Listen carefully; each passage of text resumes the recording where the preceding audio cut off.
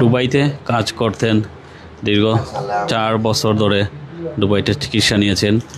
ওনার সমস্যা হচ্ছে হাঁটুর যে ক্যালসিয়াম থাকে, সেই ক্যালসিয়ামটা শুকিয়ে গিয়েছিল। ওনার হাঁটু থেকে প্রায় 12 বারের মতো, উনি যেটা বললেন দুবাই যে চিকিৎসা ব্যবস্থা 12 বারের মতো ওনার থেকে পানি বের করা হয়েছিল। এক ধরনের পানি থাকে, হয়তো এই পানিগুলো বের করা হয়েছিল। পরবর্তীতে উনি বাংলাদেশে চলে আসেন ছুটিতে, কিন্তু দুর্ভাগ্য উনি আর বিদেশে ব্যাক করতে পারেননি। ওনার জটিলতা আরও বেড়ে যায়। ওনার যে অবস্থা ছিল সেটা থেকে আরও বেগতিক হয়। পরবর্তীতে কুরবানি ঈদের সময় উনি আবার পড়ে যান, পিচ্ছেলকে পড়ে যান। পড়ার কারণে ওনার গাড়ের সমস্যা দেখা দেয়, কোমরের সমস্যা দেখা দেয় এবং পুরো এক সাইড অবশের মতো অবস্থা হয়ে যায়। এখন তিনি হুইল চেয়ারে বন্দী। উনি কিছুদিন ধরে চিকিৎসা নিচ্ছেন অ্যাডভান্স রিহ্যাব অ্যান্ড ওয়েলনেসে। মোটামুটি এখন ভালো রেসপন্স পাচ্ছেন, যতটুকু ওনার মুখ থেকে আমরা একটু শুনবো, একটু জানার চেষ্টা করবো এই প্রবাসী যোদ্ধা আসলে কীভাবে আঘাত পেয়েছিলেন। আমাদেরকে বলবেন আসলে আপনি আঘাতটা কীভাবে পেয়েছিলেন। ও দেশের আঘাত তো ওই দিন তো নমাজও যাইতাম করে বার হয়েছি।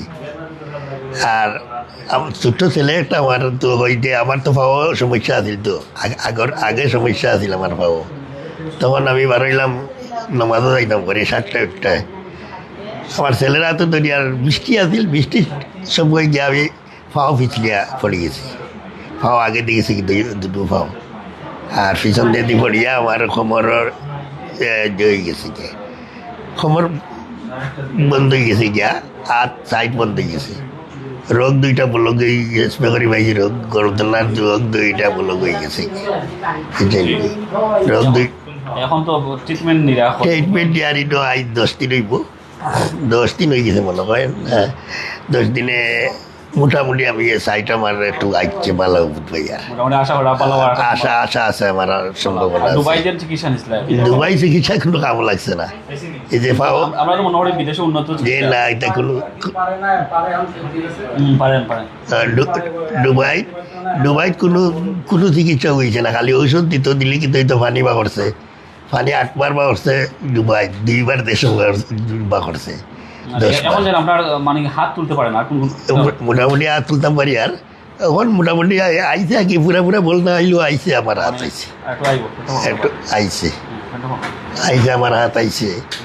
মানে খবরও মোটামুটি তুলতাম পারি, আশা করা যায় আল্লাহ। আসলে উনি রেমিটেন্স যোদ্ধা। ওনার যে কথা বলতেছিলাম, উনি ছুটি 28 বছর বিদেশ ছিলেন। উনি 28 বছর দুবাইতে ছিলেন। আপনারা জানেন রেমিটেন্স যোদ্ধারা কী পরিমাণ পরিশ্রম করে প্রবাসে। সেই পরিশ্রমী মানুষ একসময় অসুস্থ হয়ে পড়েন। হাঁটুতে ওনার যে ক্যালসিয়ামগুলো শুকিয়ে যায়, ওখানে কয়েকবার আসলে ইঞ্জেকশনের মাধ্যমে পানি বের